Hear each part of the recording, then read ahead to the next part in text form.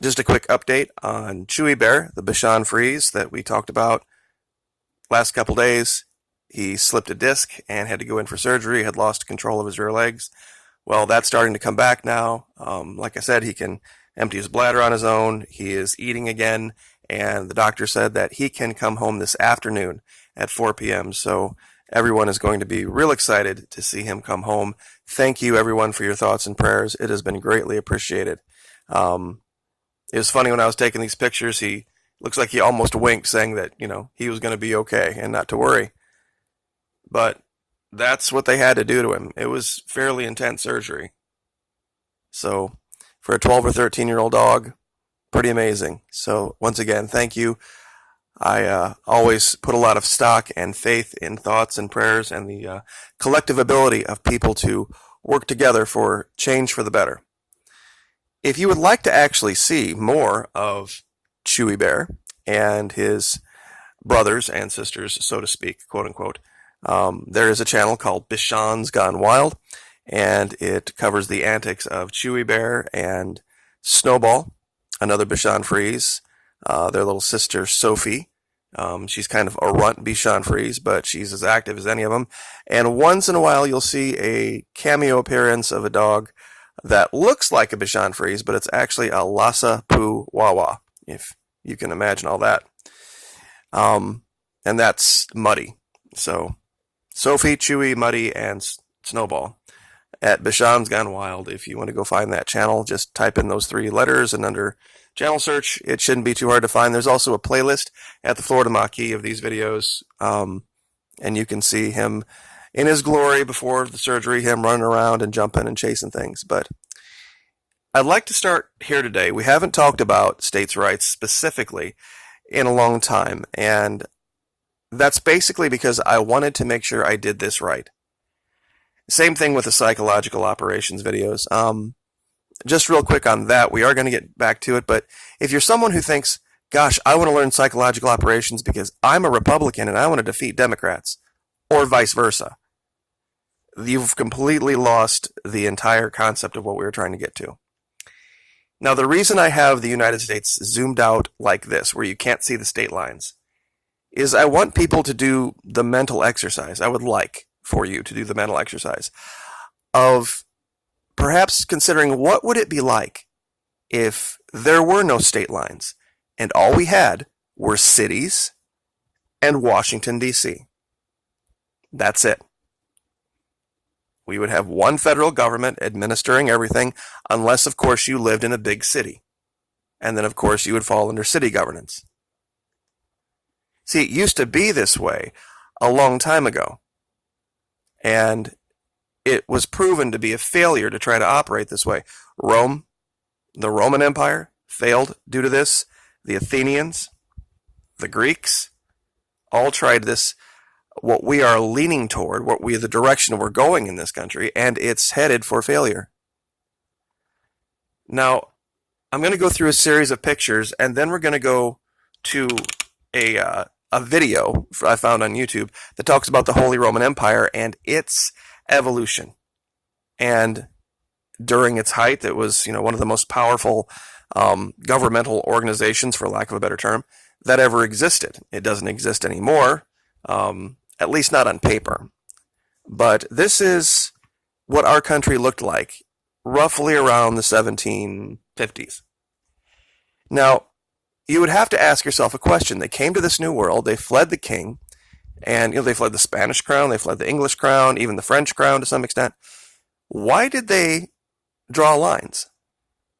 Why was it imperative for them to just put random lines on maps and say, okay, we are now this, as opposed to what's on the other side of the line, which is that? Well, I think these people realized that good governance was local governance. The closer to the people the governance gets, the better it is, which is why Venezuela is so successful in this and why DC had to go after them and take them down financially. And we've proven this beyond the shadow of any reasonable doubt. Socialism didn't fail there. Venezuela came into the sights of globalists, and they were taken down. Their finances were attacked. Their food stores were raided by Colombian paramilitaries. They have had assets in our country and around the world seized in the billions of dollars, tens of billions of dollars. And people don't really think Venezuela is a country with a population right around the size of Texas, not even as big as California. And they had at one time, and a lot of people can't wrap their mind around this, they had a sovereign wealth fund of $100 billion or more. We're $22 trillion in debt. We've never had any type of a wealth fund. That's how powerful that country was, and why DC had to steal all of that resource. Because they control the media, they can make you believe something that isn't true. But they knew, the colonists, those who came here knew that living under a king, living under one authority that rules everything, regardless of whether you agreed with that king or agreed with this other king, or it never works. Because we're too diverse a people. Even Europe was too diverse for that to ever work. And in this series of pictures, I'm going to show you how this country evolved.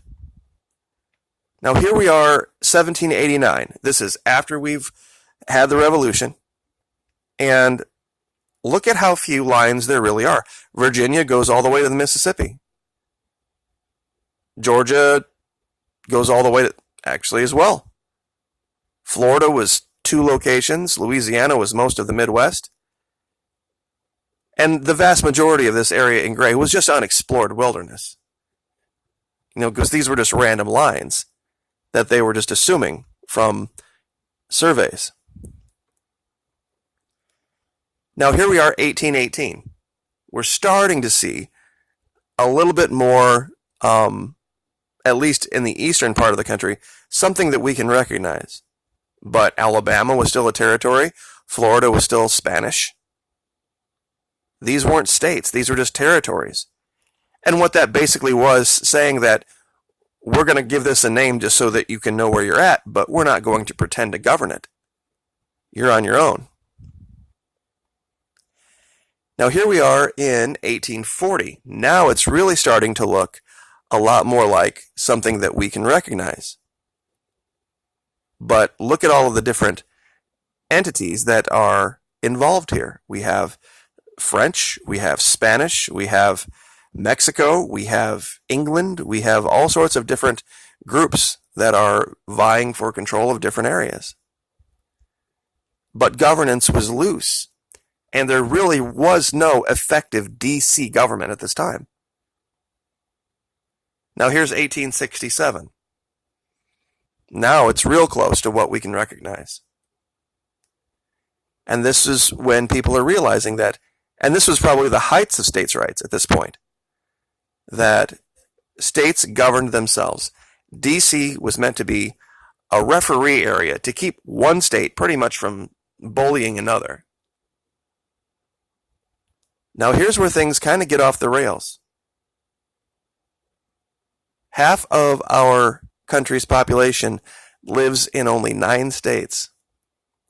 And if you boil it down even further, half of our population only lives in these little purple areas. We don't institute governments to control land. We institute governments to control people, for lack of better, some people are like, oh, I don't want any government controlling me. Unfortunately, if you want to live in a civilized society, we have to have some rules. We have to have some generally agreed upon rules. Now, while we have a very horrible, corrupt, heavy-handed dictatorial government in DC, that doesn't mean government in it of itself is a bad thing.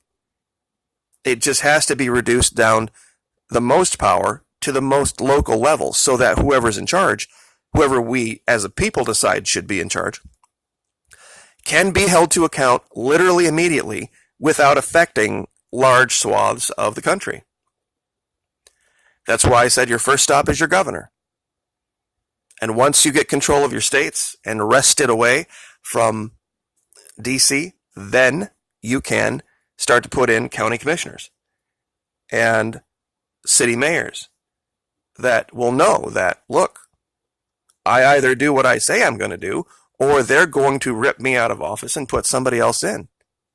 This idea of going into politics to be someone to rule over with an iron fist and have everybody, just do things your way is not going to fly in local governance. You're going to have the support of the vast majority of the people. And in this country, D.C. doesn't even have the support, even if you would combine the Republicans and Democrats together and take all of their votes. That doesn't even equal half of our population. That's how corrupt and horrible they are. Now, this is the Holy Roman Empire. Look at all of the different little divisions and states. Even they knew back then that you could try to say that the Pope is this, that, or the other. But when it came to on the ground ruling and governing day to day so that people weren't fearful of the government, but still had enough respect to stay, in a civil manner with one another, that it has to be something local. And I'd like to play this forward, and I'm going to do it quickly just to show you from 961, when the Holy Roman Empire started, how it evolved into the picture that I just showed you. I'm just going to turn, it's just music in the background.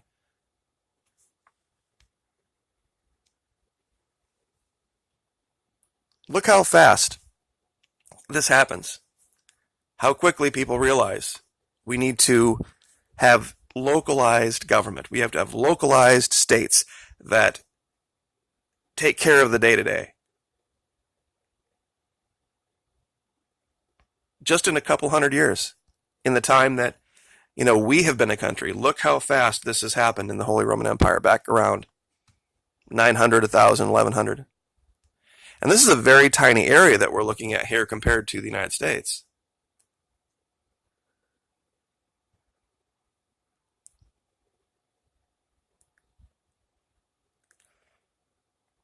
So I think you get the idea there.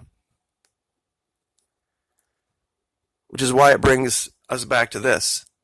How can we ever hope to survive with there really being no respect for state lines anymore? DC refers to them as administrative districts only, meaning they see themselves as the ultimate arbiter and authority over states. We're starting to see a big push to get rid of the Electoral College and go back to mob rule after the last election. And it's frightening because I know a lot of people are going to misinterpret what I'm about to say, but the Electoral College is to the popular vote as the states are to Washington, D.C. Our states are a stopgap for tyranny. Without those state lines, without those, like I said, we have 50 state governors. We have 50 state Supreme Courts. We have 50 houses of representatives. We have 50 senates. We have 50 National Guards. Each one of our states has everything it needs already to operate as a country and at a much higher level than most countries in the world. Everything is already there and in place. I know a lot of you don't think that's the case, but if you would go visit other countries that are operating as countries and have been, you would not see anywhere near the level of wealth or organization or education than you see here. So I'll leave it there, and this is the idea, the mindset. If you're going to be someone who's for states' rights, you're going to have.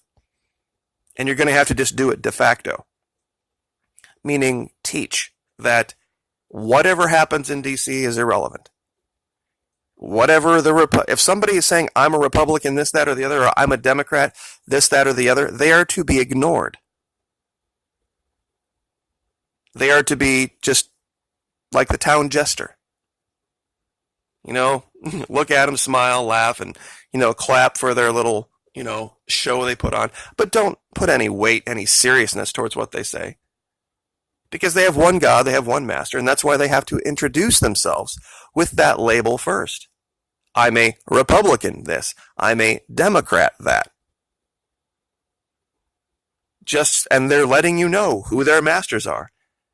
While it should be you, since you're the one paying their salaries, it's not. They don't introduce themselves as I'm an American senator or I'm an American representative. No. Their gods, their masters are this criminal organization, posing as two, called the RNC and the DNC. And once we move away from that, and we start focusing on people that aren't part of that criminal organization, then we can start moving forward on behalf of our people again. And that starts by not participating and not giving any kind of credence or any kind of authority or importance or relevance to their machinations, their elections, their games. And not colluding with and partaking in the psychological operations of the mainstream media. Fox, MSNBC, CNBC, all of them. CNN. Jimmy Dore just did a video talking about how Rachel Maddow was actually feeling bad for John Bolton. Because now Mr. Trump apparently is kind of backpedaling on the issues of the things that he said with Russia and Venezuela. And, Bolton's out there saying, Russia is this huge enemy, and who cares? They're all criminals. They're all criminals. Every single one of them. That's why they have criminals in their presence. And I'm going to end with this, and I know I'm going to catch some shit for it, but it is what it is. DC has cut off power to the Venezuelan embassy building, where Code Pink is.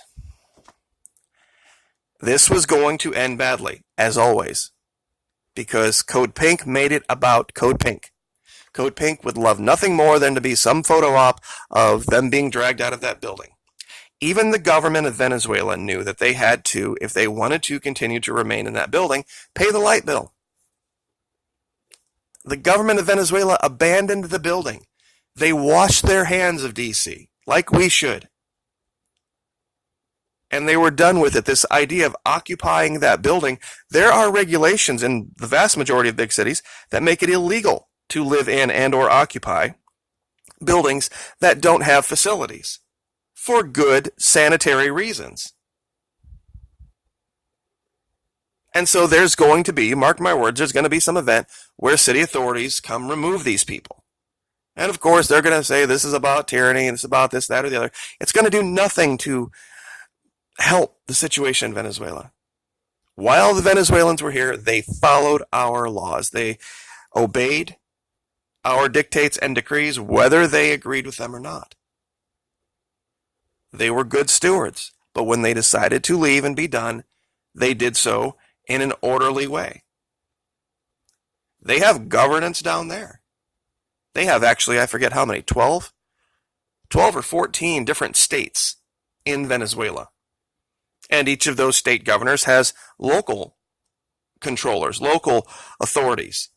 But the difference is the vast majority of the power in Venezuela starts at the bottom, not from the top down. I'm going to see if I can zoom in here to see if I can get these lines to show up. It's very difficult. Okay, so there's one state down here, and here's a line for it. And then here's another. There's another one up here, and here's a line for that. The vast majority, 95% of everything that you see coming out of Venezuela with the mainstream media comes from two places. Zulia State which is over here, and Caracas. The vast majority of the rest of Venezuela, especially the campesino areas, the country areas, just look at this as kind of a curiosity because they grow their own food. They don't participate in the sense that they were never a slave to the well-being of Caracas. Just as we should never be a slave to the well-being of Washington, D.C., or even to any extent the state capital, whatever we happen to have. Florida's Tallahassee. Things happen in Tallahassee. Great. If not, that's great too. I live in a place called St. Johns County. And in St. Johns County, the big city is St. Augustine, and St. Augustine has its local level of governance that is very much sometimes at odds with the government of St. Johns County, but would much rather deal with that than ever Florida in general, especially these days, and DC. As you go up the chain, the less the power, the less the interest should be. So anyway, 21 minutes. We'll leave it there. Thank you once again so much for all the well wishes and the support for the puppy dog, Chewy Bear. He'll be home later today. But keep your eyes on this, guys. It's not going away anytime soon. Like, share, subscribe.